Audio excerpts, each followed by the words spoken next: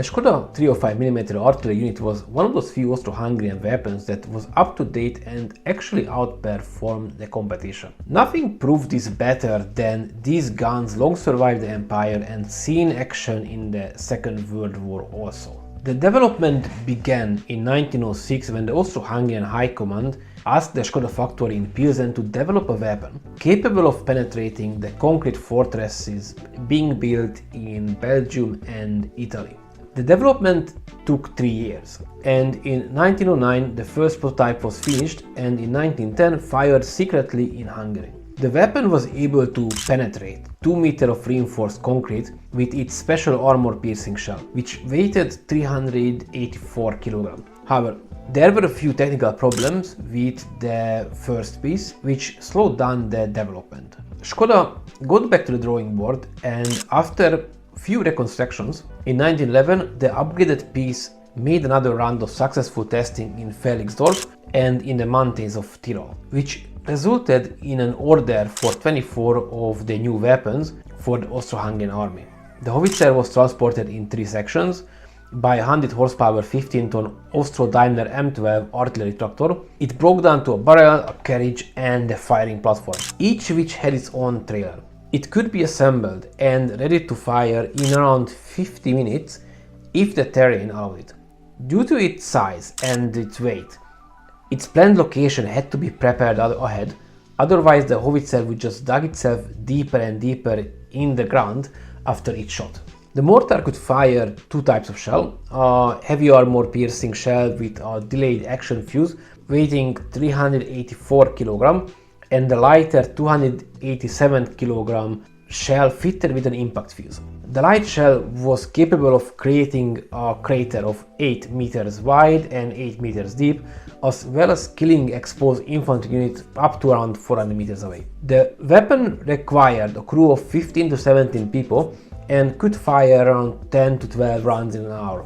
After firing, it automatically returned to the horizontal loading position. In 1916, the M11 design was upgraded and the new M11/16 was produced. The difference was mainly that the firing platform had been modified to allow for a traverse of 360 degrees, so each gun could cover a wider area of the front line with its range. The other important change was using a longer barrel, and this resulted in a longer range of around 12,300 meters. 8 of these guns were loaned to the German Imperial Army, and they were first fired in action on the Western Front at the start of the World War I. They were used together with the Krupp 42cm howitzer, we know this gun as Big Bertha, to destroy the rings of Belgian fortresses around Liege, Namur and Antwerpen. While the weapon was used on the Eastern, the Italian and the Serbian fronts until the end of the war, it was only used on the Western Front at the beginning of the war. In 1915, 10 howitzers were used in support of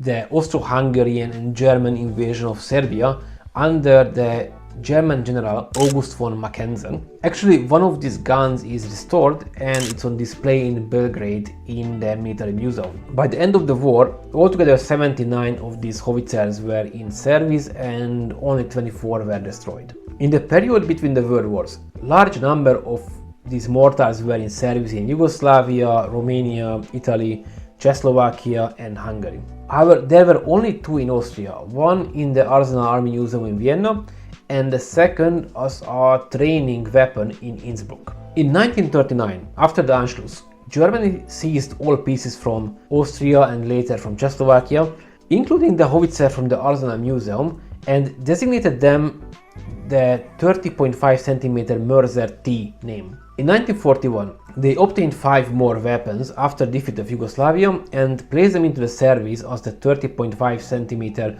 Mörser 638J. They saw service against Poland, France and the Soviet Union in World War II. Here in the German army, they served with the heavy artillery battalions 624, 641 and 815. As well as 2 heavy static artillery batteries, the 230 and the 779th ones. During Operation Barbarossa, the 624th and 641st and the 815 battalions took part in the siege of Sebastopol, which happened in 1941-1942. Interestingly, one of the M11s was seized from Yugoslavia and only saw coastal defense service in the Adriatic as 30.5 cm Mortar 639J. This unit was split from the other units as it may have been upgraded somehow based on its Yugoslav designation, which was the 305mm M1130. In the Hungarian Royal Army, 5 guns served in the 101st and 102nd Artillery Groups from 1938, and they were used against the Yugoslavians and against the Soviet Union. As of today, only few 305mm Skoda howitzers survived. One M11 is in Rovereto, Italy. A second one is displayed in Belgrade Military Museum, and the third, along with the only surviving M16, is in the Bucharest National Military Museum, which I actually was lucky enough to see it a few years ago. And I have to tell you that seeing this gun in real life, I was just shocked by its size and how big the gun, the joint carriages. It's just fascinating. But this would be it for this video. Thank you for joining me, and see you in the next one.